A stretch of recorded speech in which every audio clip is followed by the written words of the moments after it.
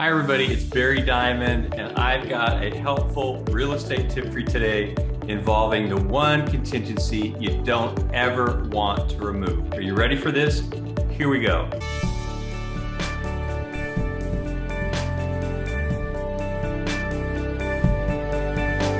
Hey everybody, it's Barry Diamond with the Diamond Group, and I want to give you a helpful tip today when it comes to contingencies. Now, contingencies are those things on a real estate contract. It gives you a certain time period to get some stuff done that's contingent upon the contract going through or not.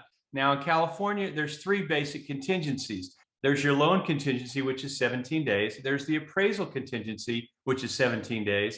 And there's the inspection contingency, the investigation period, which is also 17 days. The first one, the loan contingency. Look, it's okay to remove a loan contingency if you're the kind of person that you've got great credit, you've got money in the bank, you have a good relationship with the lender, they've looked at your credit score and all your W-2s and everything, and they say, no problem. I mean, you're going to qualify for this loan. You know they're reputable, they're telling you the truth. It's okay to remove the loan contingency. You're not at that much risk. And the truth is, there's also other ways to get out of a real estate contract after you remove your loan contingency, but that's another video.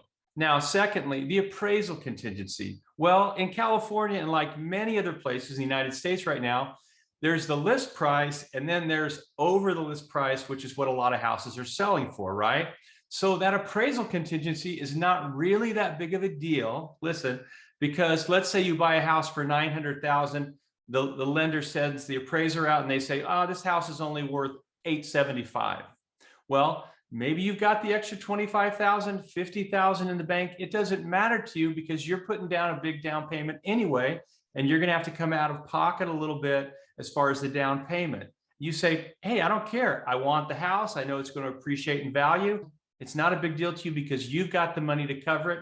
Then you can remove your appraisal contingency, unless, of course, you're doing an FHA or VA loan, because there is what's called an amendatory clause that says that that house has to appraise for that amount in order for the lender to do the loan.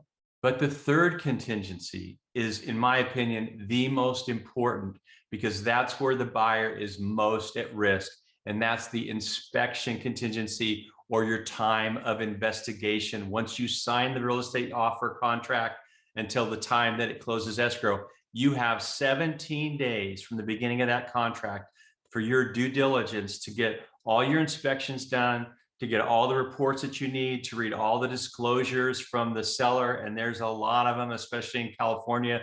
They keep generating more and more disclosures. And so that's the period that puts the buyer most at risk, because you need to know what's under the hood, so to speak, of that house. And so you don't want to remove that inspection contingency, my friend, just because your broker or your real estate agent says, well, we'll have a better chance of getting the house if we remove the inspection contingency. That may be true, but are you willing to take on all the stuff that may be wrong with that house? For instance, where I live in North Monterey County, there are septic systems, there are well and water systems, there's termite and dry rot, what we call the big three of country property. So one of the things that I've seen happen is buyers buy a house, they're in this frenzy, everybody's bidding on a house, and their agent tells them, if you remove the inspection contingency, and you're probably going to get the house. Well, the problem with that is if you do get the house and that septic system fails, okay, or your well or water system fails, or you find out that that deck that you think is really beautiful has dry rot and termite damage all over the place, there's subterranean beetles in the ground, and it's going to cost you all this money to get it fixed or to demo that deck and put in a new one, then you're the one who's going to have to come out of pocket, not your agent or your broker or the seller, because they're long gone.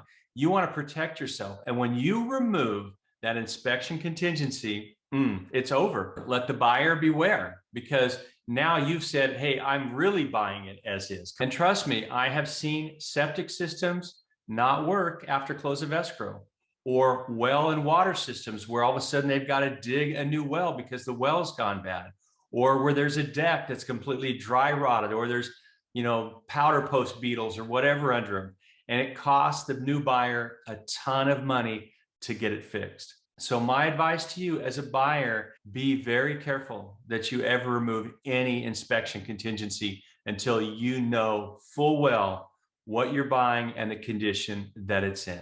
That's your real estate tip for today. I hope that's helpful. If you enjoyed this video, please click the like button below, or better yet, subscribe to my YouTube channel. And thanks to all of you that watch my real estate channel. You help to make us the most watched real estate YouTube channel in all of Monterey County. Until next time, stay safe and God bless.